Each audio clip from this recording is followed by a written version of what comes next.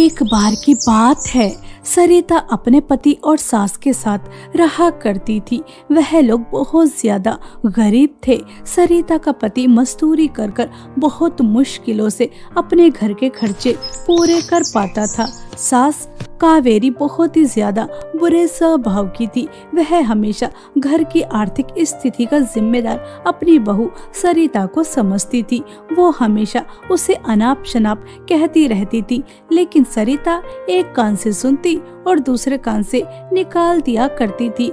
ऐसे ही कुछ समय बीत जाता है। सरिता माँ बनने वाली थी। सरिता की सास बहुत खुश होती है। ओ बहू, बेटे को ही जन्म देना, आई बस समझ में। घर में बेटा आएगा तो घर का वारिस आ जाएगा और राकेश बेटे की भी जिम्मेदारियां कम हो जाएंगी। बेचारा कब से घर की जिम्मेदारियां उठा रहा है। माँ जी, बेटा हो या बेटी, इससे क्या ही फर्क पड़ता है। और देखो, इतने सालों बाद ऊपर वाले ने मेरी सुन ली और मेरी गोद हरी कर दी। इससे बड़ी खुशी की बात क्या हो सकती है। अब ऊपर वाला जो भी देता है उसे हमें खुशी खुशी स्वीकार करना चाहिए। और बेटियां भी तो कम नहीं होती, वह भी अपने बाप का बाजू बन सकती हैं अगर उन्हें इसी तरह से पाल पोस कर बड़ा किया जाए जैसे बेटों को किया जाता है। बेटियां कभी भी बाप का बाजू नहीं बन सकती, बेटा ही बाप का बाजू बनता है। और बेटियां तो सिर्फ खर्चे खर्चे और खर्चे ही करवाती हैं और कुछ नहीं। ओ बहू, मुझे पोती नहीं पोता चाहिए, पोता। ये बात सुन ले, आए बस समझ में। पहले उन्हें पाल पोस कर 18 साल तक बड़ा करो और फिर 18 साल बाद उनकी शादी कर दो। सारी जमा पूंजी उनकी शादी में लगा दो। ना बाबा ना, मुझे तो पोता चाहिए। सरिता बहुत ही ज्यादा परेशान रहा करती थी कि अगर उसने बेटी को जन्म दिया तो बेचारी के साथ न जाने इस घर में कैसा व्यवहार होगा, उसे स्वीकार किया भी जाएगा या नहीं। बस वह इसी सोच में रहती थी। ऐसे ही कुछ महीने बीत जाते हैं और सरिता एक बहुत ही ज्यादा सुंदर और प्यारी बेटी को जन्म देती है। जब इस बात की खबर कावेरी को लगती है तो वह गुस्से से तिल मिला जाती है और वह सरिता को बहुत ही ज्यादा अनाप शनाप कहती है। जब कावेरी की बातों का सरिता पर कोई असर नहीं होता तो वह बाहर आकर एक प्लान बनाती है। पहले तो सरिता की बच्ची ने मेरे बेटे का खून पिया और अब इसकी बेटी आगे मेरे बेटे को जिंदा मारने के लिए। इन दोनों माँ बेटी के तो खर्चे पूरे होंगे ही नहीं। हाँ, अभी भी कुछ नहीं बिगड़ा। इस मनहूस का तो मुझे कुछ करना होगा। रात होते ही इसे गायब कर दूंगी। ना रहेगा बांस, ना बजेगी बांसुरी। हाँ, ऐसा सोचकर कावेरी रात हो जाने के बाद जब सरिता अपनी बेटी के साथ सुकून की नींद सो रही थी तो वह उसका सुकून बर्बाद करने के लिए उसकी बेटी को उसके पास से उठाकर ले जाती है और एक घने जंगल में ले जाकर एक नदी के पास छोड़कर आ जाती है। ऐसा कर कर वह बहुत ही ज्यादा खुश हो रही थी। और जब सुबह को सरिता की आंखें खुलती हैं तो उसकी बेटी उसके पास नहीं होती। उसका रो रो कर बुरा हाल हो जाता है। राकेश जी, माँ जी, मुन्नी कहाँ है? वो तो दिखाई ही नहीं दे रही। रात को मेरे ही तो पास सो रही थी। मैं कैसी माँ हूँ, अपनी बेटी का ख्याल भी ना रख सके और बेखबर सोती रही। माँ जी, आपने मुन्नी को देखा? वो कहाँ चली गई? राकेश जी, कुछ तो बताइए, मुन्नी कहाँ है? मैं मुन्नी के बिना कैसे जीऊंगी? मेरी प्यारी बच्ची कहाँ है? माँ जी, अगर आपने उसके साथ कुछ किया है तो मुझे बता दीजिए। मैं अपनी बेटी को लेकर कहीं दूर चली जाऊंगी। आपके ऊपर बोझ नहीं बनूंगी, लेकिन बस मुझे मेरी बच्ची के बारे में बता दीजिए। वो कहाँ है? मेरी बच्ची कहाँ है? ओ बहू, तेरा दिमाग तो ठीक है। हाँ, मैं मानती हूँ कि बेटी के आने की वजह से मैं खुश नहीं थी, मैं उसे पसंद नहीं करती थी, लेकिन इसका मतलब ये नहीं मैंने उसे तेरे से अलग कर दिया। एक माँ को एक बेटी से मैं अलग कर सकती हूँ? तेरा दिमाग तो ठीक है ना? इतनी छोटी बच्ची को कैसे अलग कर सकती हूँ? क्या मेरे सीने में दिल नहीं? तू मुझे क्या कसाई समझती है? देख ले बेटे, ये सरिता अपनी बेटी के खोने का इल्जाम मेरे ऊपर लगा रही है। क्या मैं ऐसा कर सकती हूँ? क्या मैं इतनी जालिम हूँ? बेचारी सरिता का रो रो कर बुरा हाल हो जाता है और वह गांव में सब जगह अपनी बेटी को ढूंढती है, सबसे अपनी बेटी के बारे में पूछती है, लेकिन उसे अपनी बेटी का कोई अता पता नहीं चलता, क्योंकि कावेरी ने बहुत ही सफाई से काम किया था। वह नदी में छोड़कर आई थी और वह बेचारी नवजात बच्ची बहते हुए पता नहीं कहाँ चली गई। ऐसे ही कुछ दिन बीत जाते हैं। सरिता की बेटी नदी में तैर रही थी कि तभी एक चुड़ैल की नजर उसके ऊपर जाती है और वह नदी से उसे निकाल कर लेकर आ जाती है। अरे वाह, कितनी आसानी से मुझे यह नरम नरम मांस खाने को मिलेगा, लेकिन नहीं, इसे खाती नहीं हूँ। यह तो बहुत प्यारी है, बहुत सुंदर है। इसे बड़ा कर कर अपनी काली शक्तियों से इसकी सारी सुंदरता छीन लूंगी और फिर एक सुंदर चुड़ैल बन जाऊंगी। मुझसे कोई नहीं डरेगा और मैं सुंदर चुड़ैल बनकर लोगों का शिकार करूंगी। मुझे नहीं पता था कि मुझे इतना सुंदर बच्चा मिल जाएगा। ऐसा सोचकर वह चुड़ैल बहुत ही ज्यादा खुश होती है और वह उस मासूम बच्ची को अपने साथ लेकर जाने लगती है कि तभी परी लोक से 4 परियां पृथ्वी पर आ रही थी और वह चुड़ैल के हाथ में इतना सुंदर बच्चा देखकर चौंक जाती हैं। अरे अरे, वो देखो, उस चुड़ैल के हाथ में कितना प्यारा बच्चा है। पता नहीं किसका बच्चा चुरा के लेकर जा रही है। हमें इस चुड़ैल से इस बच्चे की जान बचानी चाहिए। अरे यार, हमें क्या लेना, हम यहाँ पृथ्वी पर घूमने आए हैं, मौज मस्ती करने आए हैं, बेकार के लफड़ों में पड़ने नहीं आए। और चुड़ैल से पंगा लेना, ना बाबा ना, हमें नहीं लेना चुड़ैलों से पंगा वंगा। बिना फालतू में मुसीबत में क्यों फंसे किसी के चक्कर में, हम अपनी जान मुसीबत में क्यों डालें और चुड़ैल से लड़ाई करें। चल छोड़ना, जिस मकसद के लिए पृथ्वी पर आए हैं वो करते हैं, मौज मस्ती करते हैं। अरे पता नहीं यह चुड़ैल मासूम बच्चे के साथ क्या करे, कहीं इसका मांस न खा ले। वैसे भी चुड़ैलों को बच्चों का नरम नरम मांस बहुत अच्छा लगता है। हम परियां हैं, हमारे पास शक्तियां हैं, तो क्या हम अपनी शक्तियों को इस्तेमाल नहीं कर सकते? इस चुड़ैल से इस बच्चे को नहीं छुड़ा सकते? फिर हमारा परी होने का क्या फायदा, जब हम भी इंसानों की तरह अपने ही बारे में सोचेंगे। हाँ, तुमने बिल्कुल ठीक कहा, हमें इस बच्चे की मदद करनी चाहिए। बेचारे के माँ बाप कितना तड़प रहे होंगे और बच्चे ना होने की तड़प हम चारों से बेहतर कौन समझ सकता है। चारों परियां बहुत ही ज्यादा अच्छी थीं, इसलिए वह चुड़ैल से उस बच्चे को बचाने के लिए उसके सामने आकर खड़ी हो जाती हैं और वह चुड़ैल से बच्ची को मांगती हैं। देखो, बहुत समय से चुड़ैल और परियों की लड़ाई नहीं हुई है, बंद हो चुकी है और वह आपस में नहीं लड़ती। ना ही मैं तुम्हारे रास्ते में आती हूँ और ना ही तुम मेरे रास्ते में आओ। यही तुम्हारे लिए अच्छा होगा, वरना तुम जानती नहीं हो कि चुड़ैल तुम परियों के ऊपर कितनी भारी पड़ सकती हैं। इसलिए मेरा रास्ता छोड़ो, मैं इस बच्ची को तुम्हें नहीं दूंगी।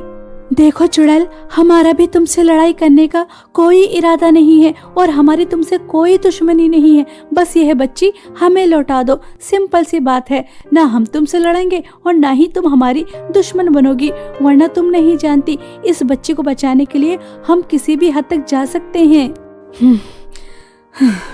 तो तुम ऐसे नहीं मानोगी, ठीक है, तो आओ दिखाओ तुम्हारे अंदर कितना दम है, मैं भी तो देखूं तुम एक चुड़ैल को किस तरह से मात देती हो और किस तरह से मुझसे इस बच्ची को लेकर जाती हो। ये से तो मैं तुम्हें नहीं देने वाली। चुड़ैल और चारों परियों के बीच बहुत ही ज्यादा भयंकर लड़ाई होती है और चारों परियां चुड़ैल पर भारी पड़ जाती हैं और वह बच्ची को उसके चंगुल से बचा लेती हैं। चुड़ैल बुरी तरह से जख्मी थी और वह जाते जाते चारों परियों को धमकी देकर जाती है। तुम चारों ने बिल्कुल भी अच्छा नहीं किया, मैं तुम्हें छोड़ूंगी नहीं और जब इस बार वापस आऊंगी तो बहुत ज्यादा ताकतवर होकर वापस आऊंगी और इस बच्ची को तुमसे छीन कर ही रहूंगी। हाँ हाँ।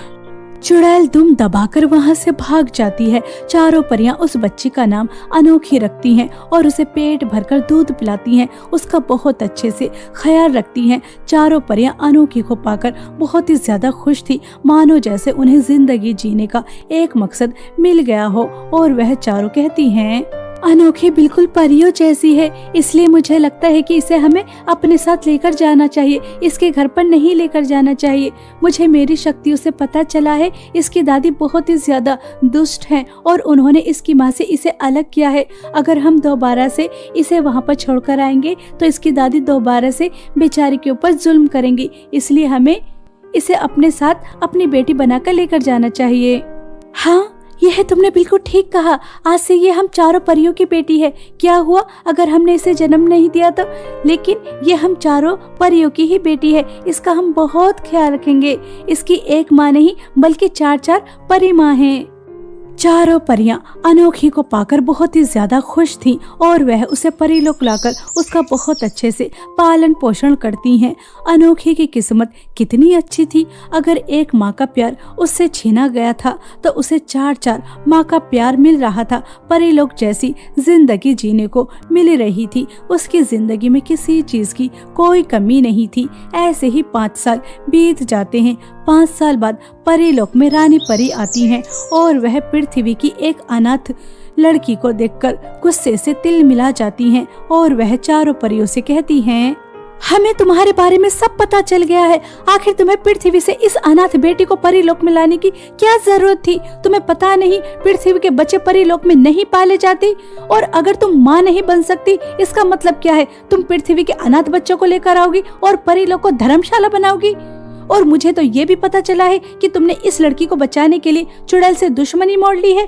देखो, तुम हमारे परीलोक की शक्तिशाली परियां हो, इसलिए हम तुम्हें खोना नहीं चाहते। चुपचाप इस अनाथ बेटी को पृथ्वी पर छोड़ कर आओ जहाँ से लेकर आई हो। सॉरी रानी परी, ये हमारी बेटी है और हम चारों इसे पृथ्वी पर नहीं छोड़ कर आएंगे। तुम एक अनाथ बेटी के लिए रानी परी से सवाल जवाब कर रही हो, उसके सामने जबान लड़ा रही हो। तुम जानती नहीं हो कि हम क्या कर सकते हैं, इसलिए तुम चारों परियां एक अनाथ बेटी के लिए हमसे लड़ाई मत करो, वरना तुम्हारे लिए अच्छा नहीं होगा। रानी परी, हम अच्छी तरह से जानते हैं कि आप हमें परीलोक से बेदखल कर देंगी, हमें कभी परीलोक में आने की परमिशन नहीं देंगी। तो ठीक है, लेकिन हम अनोखी को नहीं छोड़ सकते।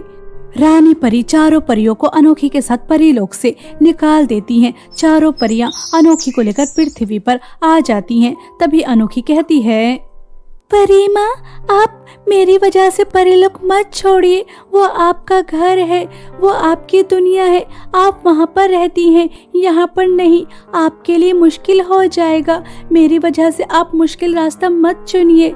आप मुझे वहाँ पर छोड़कर आ जाइए जिसकी मैं बेटी हूँ। अगर वो मुझे नहीं अपनाते तो किसी अनाथ आश्रम में छोड़कर आ जाइए, लेकिन मेरी वजह से ये मुसीबत मत उठाइए। आपने मुझे इतना प्यार दिया, इतना सब कुछ दिया, मेरे लिए बहुत है। अनोखी, हमारी प्यारी बच्ची, ऐसे नहीं कहते। हम तुम्हारे लिए किसी भी चट्टान से लड़ने के लिए तैयार हैं, कोई भी मुसीबत उठाने के लिए तैयार हैं, और तुम हमारी बेटी हो। और एक माँ अपनी बेटी को कभी अपने आप से अलग नहीं करती। आज तो तुमने ऐसा कह दिया है, आज के बाद हमसे अलग होने की बात मत कहना। अब आया ना ऊंट पहाड़ के नीचे। यह चारों परियां कब तक परीलोक में इस अनोखी को छुपा के रखती? आखिर पृथ्वी पर आ ही गई ना। कब से मुझे इस पल का इंतजार था। मेरी बात कान खोलकर सुनो, तुम्हें उस अनोखी को उठाकर लेकर आना है। उसके बाद तुम्हें चारों परियों को आसानी से संभाल सकती हूँ। चुड़ैल अपने साथियों को अच्छी तरह से समझा देती है और वह चुड़ैल और उसके साथी आकर परियों पर हमला कर देते हैं। चारों परियां चुड़ैल को मारने में लग जाती हैं। तभी चुड़ैल का एक साथी अनोखी को वहां से लेकर भाग जाता है। चुड़ैल भी चारों परियों की आंख में धूल झोंकने में कामयाब रहती है और वह भी भाग जाती है। चारों परियों का रो रो कर बुरा हाल हो जाता है। उन्होंने अनोखी को खो दिया था, वह अपनी शक्तियों का इस्तेमाल करती है। चुड़ैल ने अनोखी को कहाँ छुपा के रखा है, लेकिन उन्हें कुछ पता नहीं चलता। मैंने अपनी सभी शक्तियों का इस्तेमाल करके देख लिया, लेकिन पता नहीं चल रहा कि उस दुष्ट चुड़ैल ने अनोखी को कहाँ छुपा के रखा है। हमारी बच्ची ठीक भी है या नहीं, कुछ पता नहीं। यह क्या हो गया? हम अनोखी के बिना कैसे जिएंगे? अरे अरे रानी परी, आप यहाँ पर क्या कर रही हैं? तुम चारों परियां हमारे परी लोक की जान हो। अगर परी लोक की जान ही निकल जाएगी तो परी लोक कैसे जिंदा रह सकता है। हमें अपनी गलती का एहसास है। हमें तुम्हारे साथ ऐसा व्यवहार नहीं करना चाहिए था और हम अब तुम्हारी मदद करने यहाँ आए हैं।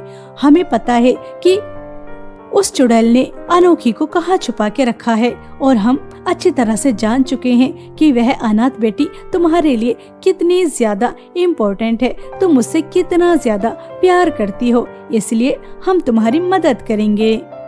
चारों परियां बहुत ही ज्यादा खुश होती हैं कि रानी परी उनकी मदद करने पृथ्वी पर आई हैं और रानी परी चारों परियों के साथ चुड़ैल की गुफा में पहुंच जाती हैं और गुफा में जाने के बाद कुछ देर बहुत ही ज्यादा भयंकर लड़ाई चलती है, लेकिन रानी परी और चारों परियां चुड़ैल और उसके साथियों को मार गिराने में कामयाब हो जाती हैं और वह अनोखी को सही सलामत बचाकर लेकर आ जाती हैं।